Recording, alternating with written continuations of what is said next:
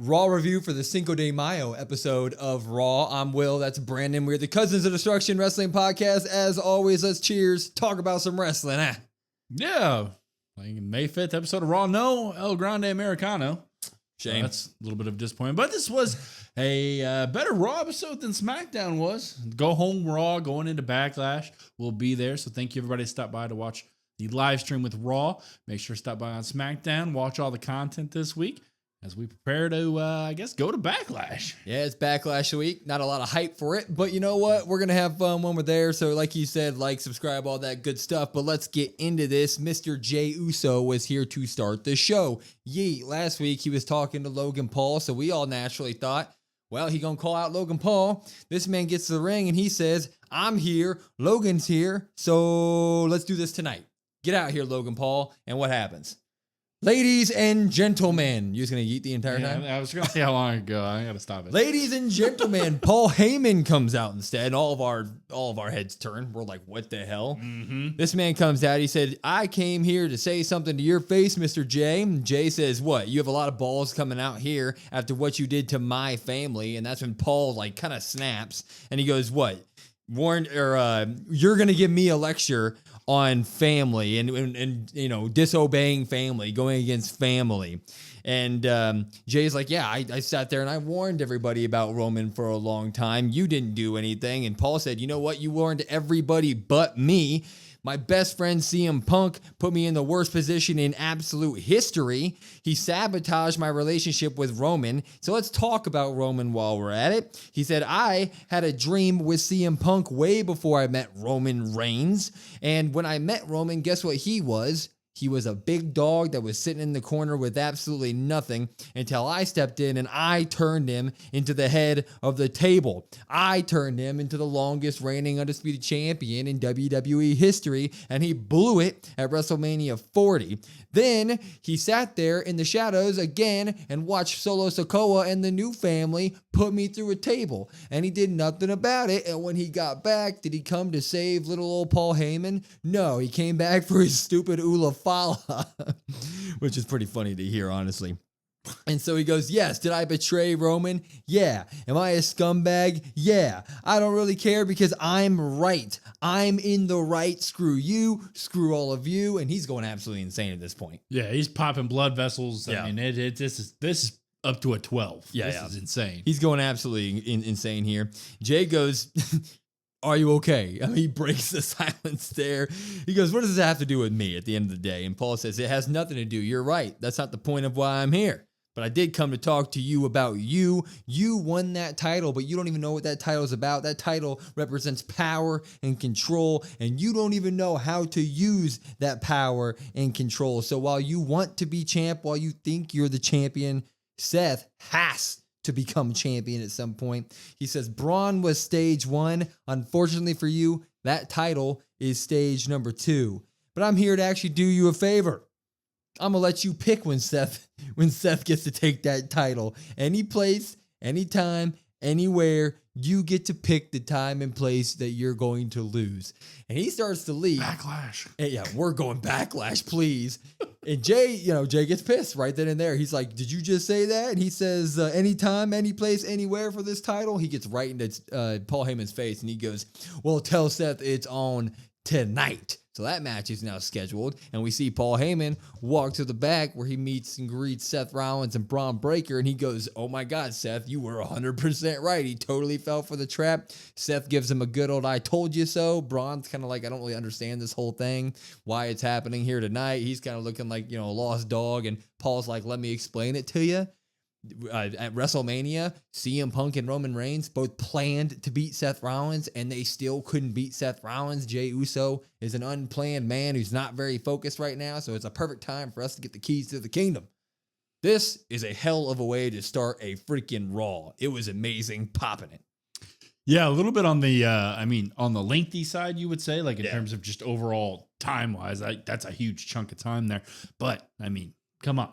This is great stuff. Anytime you get Paul Heyman out there, you see Paul works his magic. And every time Paul works his magic, you're like, God, this is so good. Even when you're a slimy heel, you make really, really good points. Paul getting super upset. Awesome. Having Jey, even with like the comedic kind of babyface answer, like the "Are you okay?" That plays right into Jey's character. The history they have, I thought, was really cool. The main takeaway for me out of this, well, I mean, you get the fighting champion whenever, wherever, let's do it right here sort of thing. So that's awesome. But when Paul goes backstage and he's talking to Seth, it seems as if Paul is trying to play Seth, and Paul is really focused on Braun Breaker out of the two right now. And Seth is maybe just the means for Paul and Braun to get closer to that title. That was the main kind of takeaway there. Even with Braun being like, oh, I don't understand this. And Paul being able to maybe manipulate or tell Braun exactly what Paul wants Braun to hear, things like that. That was maybe my main takeaway here. Yeah, I agree. To me, it's obvious that the Paul Heyman guy in this faction is Braun Breaker. That's the guy that Paul is working. Seth is just the guy that needs Paul Heyman right now, made the deal to keep Paul Heyman, quote unquote relevant. He's always around the title scene. This is the next way that Paul Heyman's going to be in the title scene. I'm not saying that he's making Paul Heyman relevant. Paul Heyman's relevant because he's Paul Heyman. But I'm just saying story-wise, that's what's kind of going on there. My main takeaway from this is this is what the faction needs to be, where we start Raw with something that this faction is doing, and then the through line of Raw gets to be that story, because it immediately buys me in. And when you have a charged freaking opening segment like this that leads to a title match at the end of the night, I'm just sitting there the entire night like, hell yeah, I'm ready to watch Raw. So I like this kind of stuff happening on a weekly basis, and hopefully it continues like this. Yeah, they tried doing that with some of their bigger factions from time to time, and it did work for a lot of the time. But then also you look at maybe like Judgment Day, right? Like parts of Judgment Day where that through line was there and it was good, but there was also through lines for Judgment Day where we were like, oh, this is bad. Yeah. This is not good. But obviously this is the new hot faction right now. Everybody loves this faction. And these three, we'll get later into the night, maybe a new member, but these three are just fantastic stuff. Yep. Need more of it. JD and Penta. JD is back from his injury when he, destroyed his entire body on a springboard moonsault to the outside of the ring a few months back. Penta would start out really hot here. Obviously, JD has Carlito and Finn Balor around on his side, or they came out with them. And so throughout the match, whenever Finn and Carlito could get a chance to get a good old hit on old Penta, that's what they did. But Penta would dominate the beginning of this match for a long time until JD AA'd Penta onto the ring apron. Death Valley Driver. Death Valley Driver, whatever you want to call it. It was pretty nice there. Penta would get his big old comeback, all his great moves. He was going through everything that we've been seeing lately. He's just phenomenal per usual. Until Finn would distract the ref again, and Carlito would try to go for that mask. That's kind of Carlito's thing lately, going for the mask a bunch. But Penta would hop up to the top rope, do a crossbody to those two, to JD and Carlito on the outside of the ring. And when JD got thrown back into the ring by Penta, Finn starts to mess with Penta and tries to throw him back into the ring, but the ref sees it, and we get the you out of here from the ref. So Finn and Carlito are gone now, even though they've been helping, JD get the advantage on Penta throughout the match. And so finishing spot starts to happen here, and freaking Penta goes to the top rope to finish off finish off JD, if I'm getting ahead of myself here. So anyway, Penta's about to attack JD. Chad Gable out of nowhere pops up and pushes Penta off. And so now we have JD getting help from Carlito and Finn and Chad. And Carlito, and JD then does all his moves to finish the match off, goes for his top rope moonsault. But Penta gets out of the way on that one, hits the Mexican driver or the Penta driver and all that good stuff. Penta still gets the pin here. 1, 2, 3. Penta wins. This was a great match. I love it. I love seeing these two fight and all this drama happening during it. But the fact that Finn, Carlito, Chad, they all are helping. They're all helping JD, but he still can't get a win over Penta. It's so I'm giving this a pop and a drop because I need the pop for what the match quality was. But can we just get JD a win here? You took my words out of my mouth. Pop and drop. One of each. JD in his return match with all the hype surrounding JD and all the fanfare and love that he deservedly got, would have been really nice to see him get a win here. Would have been really nice to see him maybe go up against somebody else that's not Penta, even though the match was fantastic. Something for JD. We just want a little bit more of a push for JD. So that's why I'm dropping it. I am going to pop it because Penta, it's going to sound weird, but Penta defeating the Judgment Day, because ultimately at the end we find out Penta versus Dom Backlash. I think if Penta can defeat all of Judgment Day, that's not Dom. Dom can go out there and defeat Penta by himself. Dom can just have that feather in the cap and be like, hey, at the end of the day, I'm better than all of you guys because I single-handedly beat this guy. You three couldn't do it together. I think story-wise, I'm going to give them the benefit of the doubt here and hope that kind of further down the line drives more of a wedge there. Yeah, so later on, like you just kind of said, we go back to Judgment Day. They're in the back, and JD's mad because he thinks that like Finn recruited Chad without JD's knowing and all this stuff. But it gets announced that we are going to have a Backlash, Dirty Dom, IC title versus Penta. But we have AJ Styles in the mix here too. He challenges whoever wins that match. He walks up to Dom right in his face and says, I don't care who wins this match. I'm coming for the Intercontinental Championship at the end of it, which makes me think that Dirty Dom is going to hold on to that because obviously AJ's not walking up to Penta and talking to Penta about it, right? So I'm hoping Dirty Dom keeps it because that man needs to keep the belt. Yeah, and we find out even later on in the night, AJ versus Finn next week. So AJ gets the win over Finn, but maybe he can't once again beat Dom. I think slowly but surely we're still just prying Dom away, and Dom's going to realize he's quote unquote better without the Judgment Day. Yeah, that needs to happen. That really needs to happen. Mm-hmm. Anyway, we're going to move on. Austin Theory and Waller are in the back. Waller was supposed to have a singles match tonight, but he has talked to Adam Pearce and thought it was selfish of him to schedule a singles match when he has his good old buddy Austin Theory next to him. And so he's now changed the match to give the singles match to Austin Theory. And Austin Theory's like, well, thank you, brother. I'll do it. Who am I fighting? And Waller's like, yeah, I think it'd be better if you found out once we got there, which should be a huge red flag if you're Austin Theory here. But they get out there and Austin Theory's out there ready to fight. Who is it? It's Sheamus. Sheamus is back. Great to see him, for one. I mean, yeah. Sheamus is amazing. Yeah, he said red flag. He was kind of dressed as one, all red attire. Yeah, all red attire. Obviously, the red hair and everything. He was all redded up. Mm-hmm. But Sheamus would obviously dominate most of this match. It was the Sheamus return match against a guy who is built to sell wrestling moves. That's what he does. The entire time, they keep cutting to Waller on the outside, and he seems kind of guilty / concerned. He's kind of not eyeing Austin Theory. Like he knows that he got Theory into this ass whooping basically throughout it. And so he's just kind of breaking eye contact. He doesn't want to do any of it. Eventually Theory would have a good little comeback on the outside of the ring, start throwing Sheamus into everything. It's a Sheamus match. So, he wants to take some bumps. So he even did a neck breaker off the apron at one point. That was nasty on him. Yeah, it was kind of gnarly. Throwing him against the the barricades and all that good stuff. Eventually, Theory would try to do that thing where he rolls through the middle rope, but he'd eat a knee at the end of it, which looked insane. Another gnarly knee. Absolutely insane. Sheamus would take him up to the second rope, hit him with a white noise. Waller would try to talk to Theory. I don't know what he said, but it would lead to Waller or Theory getting the 10 beats done to him. He got the bro kick. Sheamus pins him. Sheamus gets the win here. Waller, right after the 3 got counted, it cut to Waller and he kind of smiled there for a second. So, year number 25 of us thinking about the Theory Waller split up here, but Sheamus returns. He gets to beat Austin Theory at the end of the day. It's good to see him. It's good to be back. Sheamus is back. That's always a good thing. Popping it. Yeah, I'm going to pop it for the Sheamus return. Not much to say. We've seen it a good amount of times, and it's nice to see him back. I'm sure he'll get into some fun stuff with some people. Maybe him and Penta can go at it eventually. Maybe if Penta loses to Dom.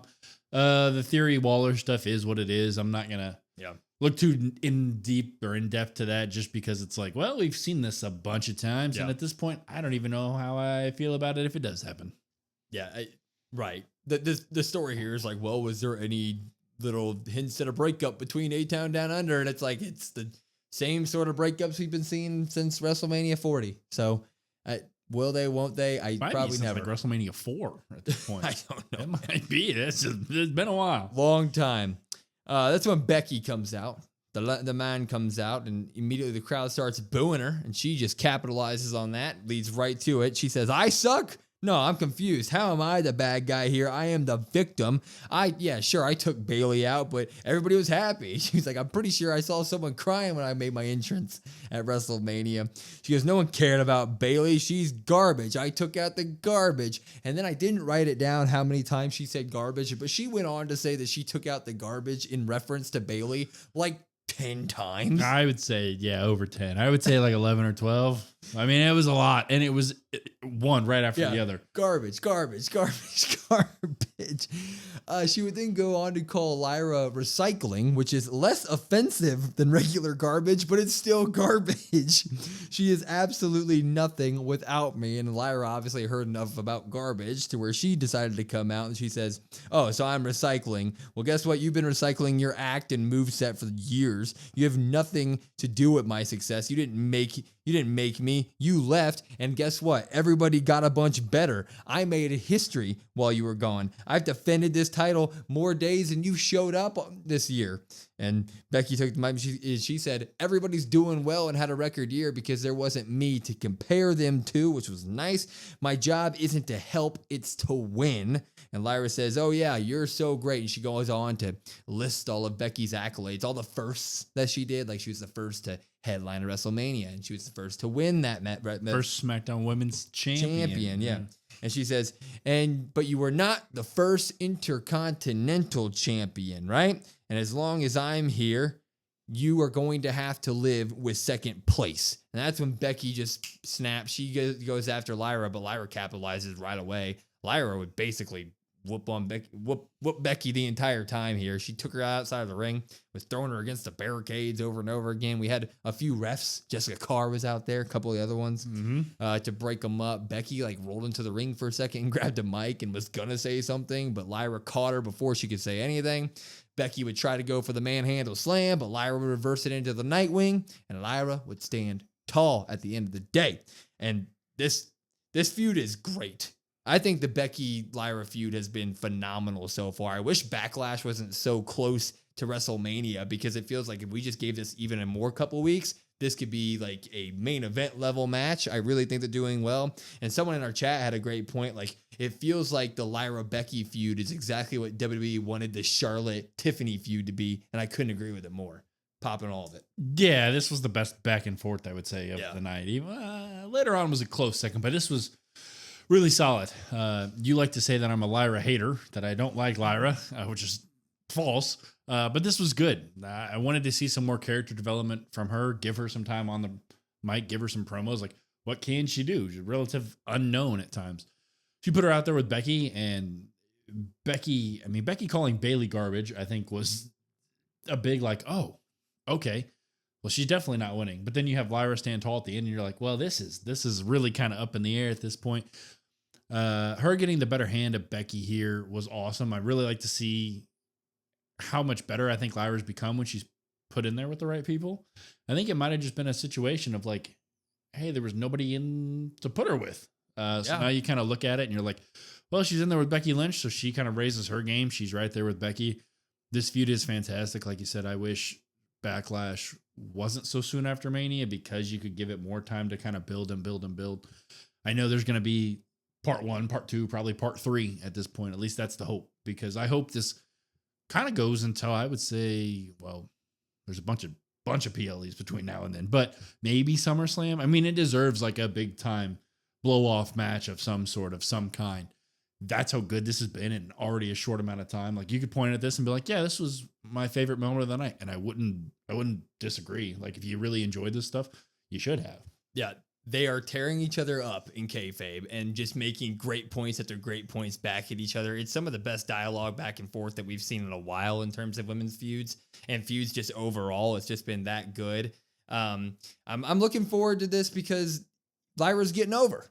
The crowd starts out a little bit slow. She doesn't get big pops, but throughout her promo segments, by the end of it, they're on their feet chanting for her, and that's exactly what you want from it. Lyra's an absolute star. You are right. The problem was always, in my opinion, was that they weren't feeding her anybody. There was no reason to care about the IC title because there was no one really involved in it. Now you have Becky Lynch, one of the biggest names in all of wrestling, into this feud, and they're tearing it up. It's absolutely perfect. I love every single second of it. And I can't wait to be there for the match. It's going to be damn good. Yeah, and before we move on, one last thing is like your IC or your US champion, like they're not supposed to be that main event, right? So if you're expecting that main event work, like you're just not going to get that. Yeah. That's what that is perfect for. Yeah. And I think it's perfect to have Becky kind of, for lack of a better term, but she comes down for the women's IC and she helps elevate the title. She helps elevate Lyra. For the year roughly that Lyra had the title, there's just nothing. Yeah. And it's like, okay, well now you finally get something. It's good to see. And you, like you said, she might not get the pops at the beginning, but kind of outside of your top people anymore, nobody really does. Yeah. So by the end of it, you're getting people over, you're building the next big star for the women's division. And that's what the IC title is supposed to do. Exactly. That part about Bayley though, does make you think, because Lyra does stand tall at the end, but Bayley gets called out and mentioned a bunch. So we may see some shenanigans happen at Backlash coming up. I don't know. I just, with how much, I mean, obviously we're going to it. I'm thinking to myself, like, I don't want all of the shenanigans. Me neither. I think some shenanigans is okay. Don't get me wrong. It's wrestling. I expect some, but I don't want the card to be overfilled with shenanigans. Yeah. Because technically you could say shenanigans for every single match. You could book something.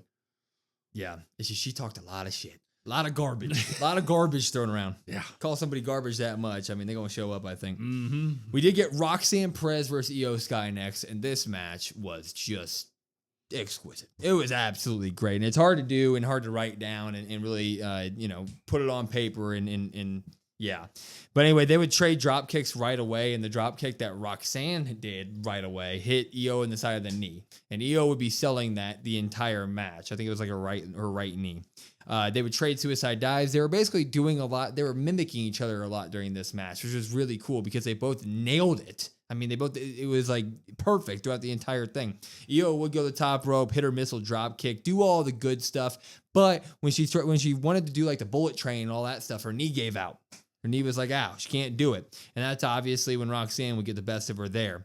Roxanne would do all her good stuff, do that like rolling knees to the back of the neck that she does. I don't know the name of it, but then they get into this, toward the end of the match, they get into this pinning battle. And it's not one of those dumb pinning spots where they're like, just like somersaulting over one another doing the pins. They're doing like very complicated pin attempts over and over and over. There's probably 12 pin attempts between the two of them. But eventually, one of the pin attempts works, and Io Sky gets the win off of one of these random pin attempts. And Roxanne pops up and offers her hand to shake, and they do. Io and Roxanne, they shake, they bow at each other, and Roxanne leaves the ring. Io starts to celebrate, crowd's going wild, when Julia shows up. And Julia beats up on Io Sky, and obviously Roxanne goes, haha, turns around, she joins in on it, and she starts beating up on Io as well. So this is all great. Next week, we're getting Io and Rhea versus Roxanne and Julia, which is going to be phenomenal. I can't get enough of all this stuff. I think that what WWE is doing with these call-ups has been great, and surrounding them with the best of the best in Io and Rhea. Like, hell yeah, man. Popping it. Yeah, I don't know how you can't pop it. Match is amazing. Match is phenomenal.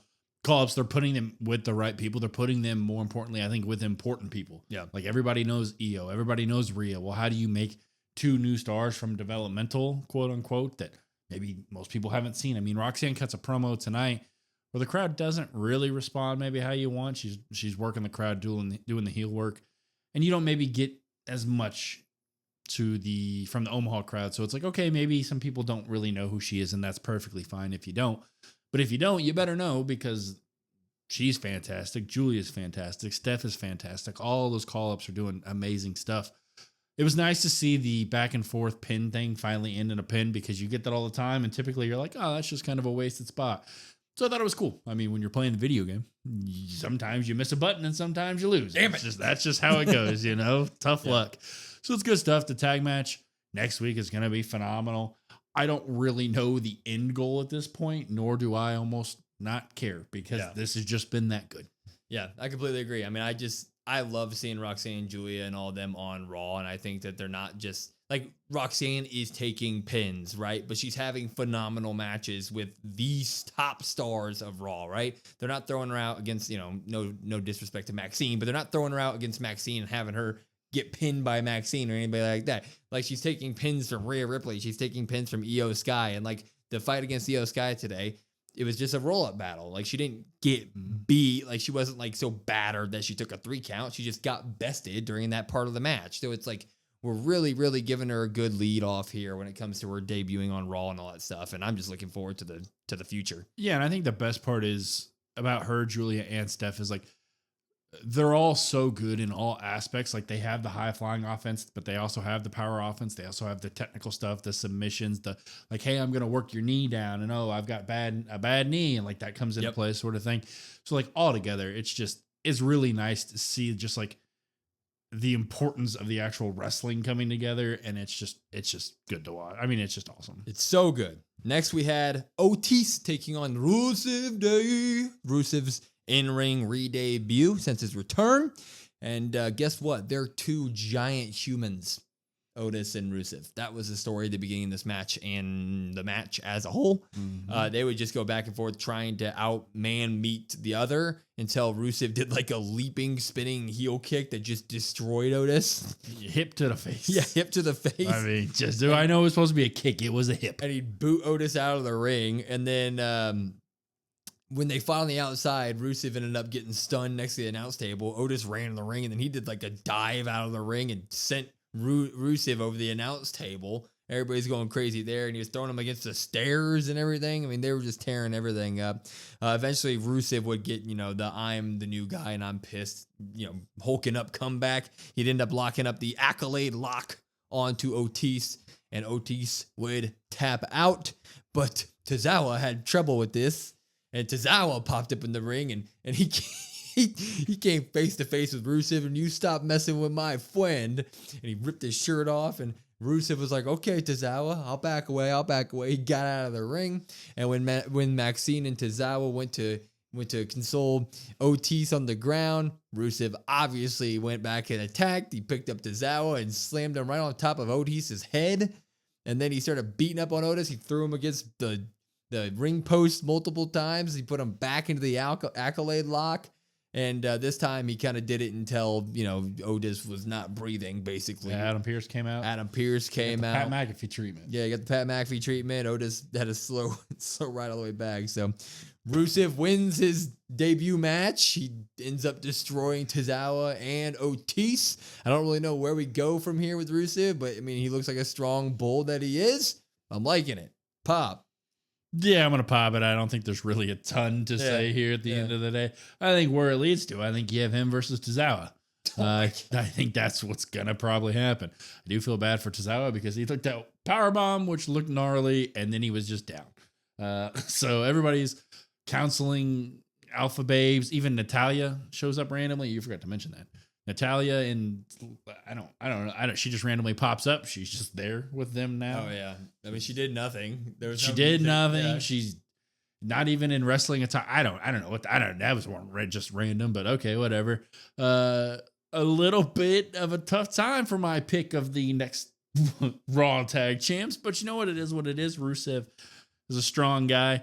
Yeah, I assume he's just going to destroy everybody. Him and Sheamus. Maybe you could sign me up for a him and Sheamus feud.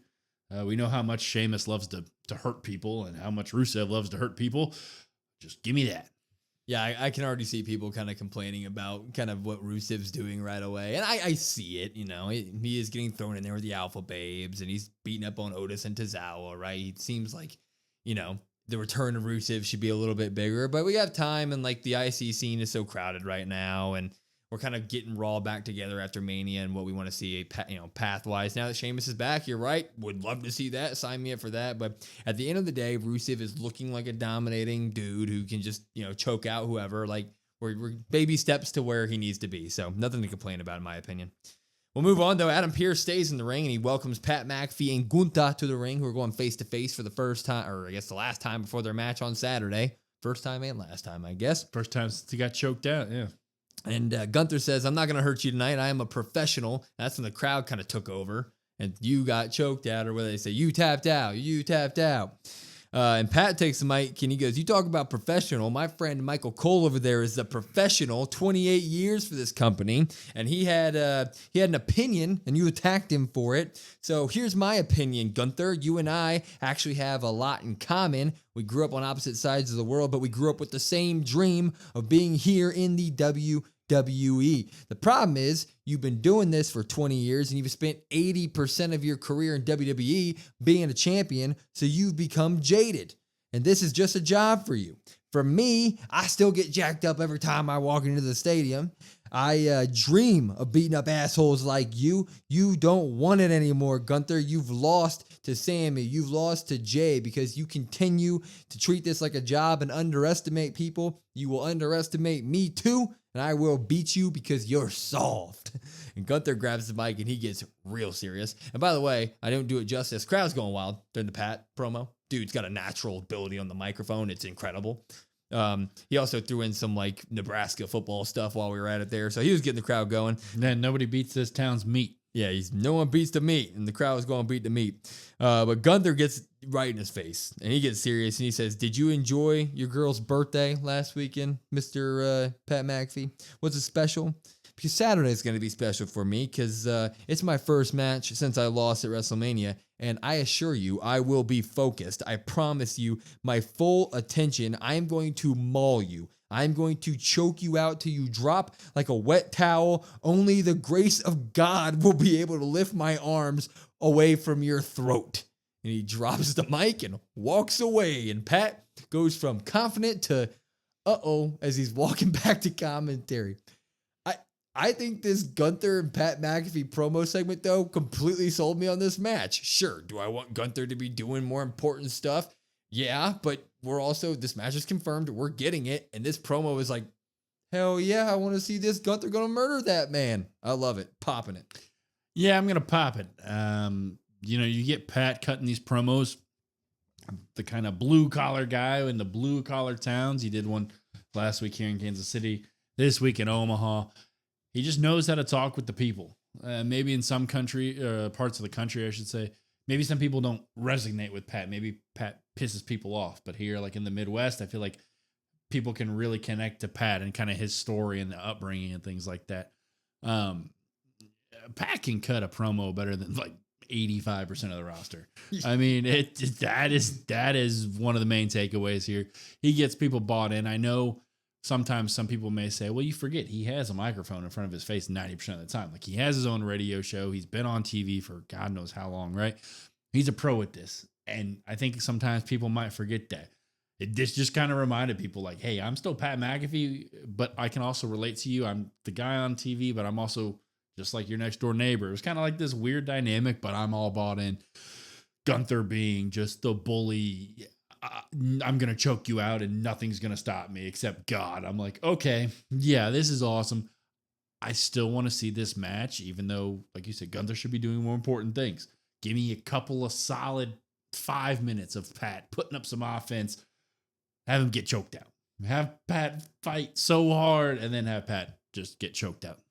That's what I want to see. I mean, yeah, for one, you are correct. Pat has some of the best promo work that you can have. I mean, people are going to probably get mad at that because it's Pat McAfee, but dude can cut a mic up. He knows how to resonate with the crowd. He's very good at that. He can pull any sports knowledge out of his butt and just make the crowd cheer for him. I mean, wherever he goes, Gunther does this thing again where he's so good. If he has somebody else in the ring who's cutting up a good promo, he will deliver a fantastic promo back to you. He's so good at that. If he's got a partner that's living up to the hype, he will raise his ability too. And that's what he did here. The second that he started getting serious in Pat's face and he was talking about the hands of God being the only things to take away from my hands from your throat, I was like, oh my God, I am so sold on this and there's no reason to be sold on this. And that's the job of wrestlers. So I'm happy it's happening. Yeah, one quick thing before we move on, like, it does speak to how good Gunther is because Pat cuts that and the whole place is going crazy. Yeah. And Gunther does look a little bit like maybe he's taken back, like, oh,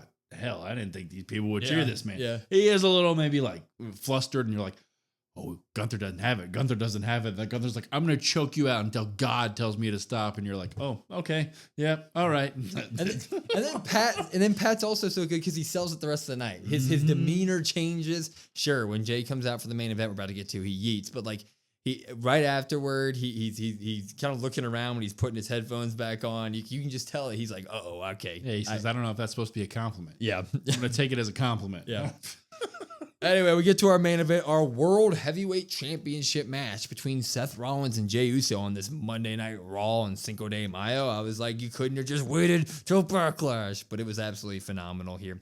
Seth is too good to start. They were selling the whole story on like Jey isn't ready. He's not prepared to be in this match. So Seth would dominate most of the beginning of the match. Eventually, though, Jey would do this like suicide dive that sends Seth Rollins over the table, and I guess Seth cut his head open. There was blood throughout the match, but you couldn't really tell where. Somebody was saying Jey. Somebody said Jey got cut. Jey? Yeah. Somebody. It was in Jey's hair, somebody said. Somebody was bleeding. I don't know. Our chat during the watch along with it, if you weren't there, you should stop by. Somebody was bleeding, and you could see it. We could see it. We don't know who. Yeah, it wasn't like the Crimson I assume Mask. Jey. Yeah, somebody said Jey. They both have long hair. It was on their head. That's what was happening. But we get all the good stuff that Jey's normally doing. He's doing all the, he's doing the Samoan drops, the super kicks, all this good stuff. Rollins is doing the buckle bombs. He's going for fog splashes and missing, and then we got another one of those spears that got reversed into the pedigree, which is freaking awesome. Better be a spot in the next game. Like if you have a charged finisher. Oh yeah. Boom. Cool. Jey would end up hitting a spear though, but get the 1-2 ooh, and Jey goes to the top rope during this time, and Seth goes to pull the ref down. So he kind of pulls the refs down so that Braun Breaker can mess with Jey Uso. And when he messes with Jey Uso, Seth pops up, hits the superplex into the Falcon Arrow. He's doing all the good stuff. He hits a stomp there, gets the 1-2 ooh, and everybody's going wild there because that spot looked like, oh, maybe. That's when Sami Zayn's music hits. And Sami Zayn comes out. He takes out Braun Breaker. He jumps from the crowd. He didn't come from the stage. And during that time, Seth's obviously now focused on Braun Breaker. And Jey Uso gets a super kick here into a spear and a splash. And we're like, oh, end of Raw. Sami saves the day. 1, 2, no. Seth kicks out. And everybody collectively is like, oh my God. What the hell's going to happen here? At that point, you're like, oh. Yeah. What's about to happen? Yeah. At that point, you're like, oh, something big's going to happen. And then the camera pans away, and you see Braun Breaker spear Sami Zayn. Spears him like crazy on the outside. And then Paul pops up. Slides around the steps. Then he slides around the steps, right, to hide. And Paul now hops up onto the apron, which distracts the ref. And Jey goes outside to help Sami. Braun runs over, spears Jey Uso, throws him into the ring. Seth stomps him. 1, 2, and before Seth can pin him, CM Punk's back. So CM Punk comes out now. Everybody thought he was on vacation. He was selling that on his Instagram that he was on vacation. You got me, Punk. Good job. But he has a chair. He hits Braun with it. Comes to the ring. He attacks Seth. Doesn't give a crap about the match. Ding, ding. Seth wins, I guess, via DQ. I don't know. Bell never rang. Oh, yeah. I think the ref just kind of did. Match is still going on. Yeah, it's still going. It's not over. But he starts hitting Seth with the chair. Braun re-enters the ring. He starts hitting Braun with the chair as well. They both scatter. And at the end of Raw, we get Seth, Sami, and Jey Uso standing up. So no, Punk.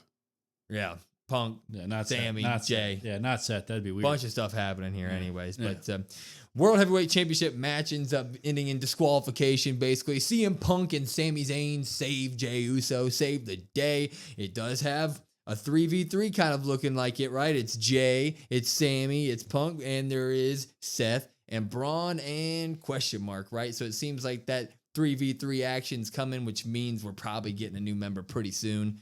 This whole thing was amazing. Popping it. Yeah, popping. I mean, you get a World Heavyweight Championship match on Raw, so yeah, I'm going to pop it just for that alone. Starts off the beginning of the night. You get it at the end. That's something of the quote-unquote good old days with the Attitude Era, right? You get some cool stuff. You also get a shenanigan-filled ending like that at the Attitude Era, so I'm going to pop it. Yeah. It's awesome. Good guys stand tall. CM Punk's back.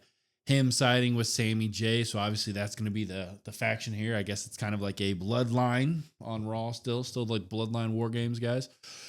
Versus Rollins, Braun, and we don't know who else. That's kind of the big question. I don't know when we're going to get those answers. We thought maybe Backlash, maybe tonight. I don't think we're getting them anytime soon. There's a Saturday night main event. Maybe you get something there. That would be maybe my guess. But sign me up. I mean, this is all fun stuff. Seth's phenomenal in the ring. Braun's fantastic as his monster security guy. Jey even looked good. I know Jey can sometimes get criticized for his in-ring stuff. Jey looked good. He's in there with somebody like Seth, who's phenomenal and can sell. Jey looks good. Yeah, I'm not going to complain about this stuff at all. I mean, Jey, Punk, Sammy, that's awesome. Like you said, they were part of the Bloodline Civil War match, so that's great. You continue that. They already have history there. And then now we just get to start talking about who the member's going to be the third on Seth and Braun's side, which is obviously up in the air with a bunch of opportunities there, right? I mean, you have people like Bronson Reed that could return. You have Jeff Cobb, who's been rumored to be signed. You know, you have a bunch of other people that everybody has been theorizing for weeks and weeks and weeks here. Ooh, theory. There you go. Austin Theory, maybe. I don't think so. But I don't think anymore. But at the end of the day, if we're going to get Jey Uso being a fighting champion, saying yes to challenges night of Raws, and we're going to have great factions like Seth Rollins and Braun Breakers over the show on a weekly basis, like Raw set up really good, man. This is a good time to be a wrestling fan on Monday nights. Yeah. I think the key there is Monday nights. After a lackluster SmackDown. Terrible. Little hesitant going into Raw, especially when you looked at the Backlash card and you're like, well, Raw's got a ton of the matches. We got to get one more match. We end up getting it from the Raw side, which is awesome. Sign me up. Great. Raw is really fun to watch. Yes, Raw is exciting. The 2.5 hours fly by. You have new stars like Roxanne. You have newer stars like Lyra, who hasn't really gotten to showcase. Woo! She's there as well. Introducing Julia. Steph was there as well at times. Like, you have the power at the top with Seth and Jey kind of carrying that, and you've got the mid card looking so great. Even the tag teams. Next week we get American Made in a match. Like, Raw's doing a really good job of just week to week really building. Yeah. And Raw is fun to watch. Raw is fun to watch, and that's why we give it 16 pops to only 2 drops, and I'll stand by that. That was a damn good week of Monday Night Raw. Hopefully SmackDown can up its game this week, because last week was a snooze fest. But thank you all for stopping by our live stream as well here on youtube.com/@CodWrestlePod. We do Raw, SmackDown, and PLEs, except for this weekend because we'll be going to Backlash, but would love to have you in our streams. And then for everything else, it's @CodWrestlePod, COD WrestlePod. We have a link tree in our bio. It's got literally everything there. Go ahead and click on that, follow, like, subscribe, share, all that, because we'd love to have you guys there, and we're confident that you guys will like this type of content. So I'm Will, that's Brandon. We are the Cousins of Destruction Wrestling Podcast. We will see you next time.